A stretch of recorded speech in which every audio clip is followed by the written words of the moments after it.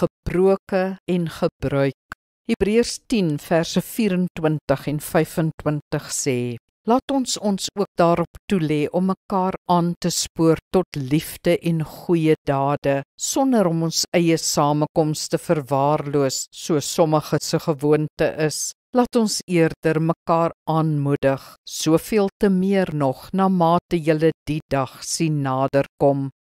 Die kerk is vandag in 'n krisis. Sy gesag en invloed het afgeneem. Hy word gekritiseer as irrelevant, skynheilig of oudtyds. Christene glo vandag die kerk moet hulle behaag. Die sitplekke moet sag wees, die musiek professioneel en die boodskap vermaaklik. Anders soek hulle 'n beter kerk of verlaat die kerk geheel en al. Daar is immers vele Christelike boekwinkels, webruimtes en TV-kanale wat ook geestelike leiding aanbied.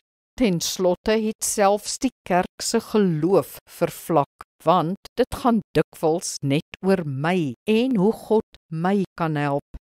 Weet jy wat? Vir al sy gebrokenheid is die kerk steeds Jesus se kerk. Die kerk word steeds deur Jesus gebruik en maak steeds 'n enorme verskil in die wêreld. Die evangelie word steeds verkondig. Die meeste Christene is steeds by die kerk ingeskakel en vind daar gemeenskap, groei en die geleentheid om te dien. Jy kan ook.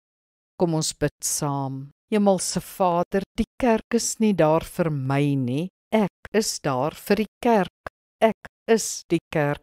My geloof gaan nie net oor wat U vir my kan doen nie, maar ook oor wat ek vir U in hierdie wêreld kan en moet doen. Help my om 'n positiewe en samewerkende gesindheid teenoor die kerk van Jesus te ontwikkel.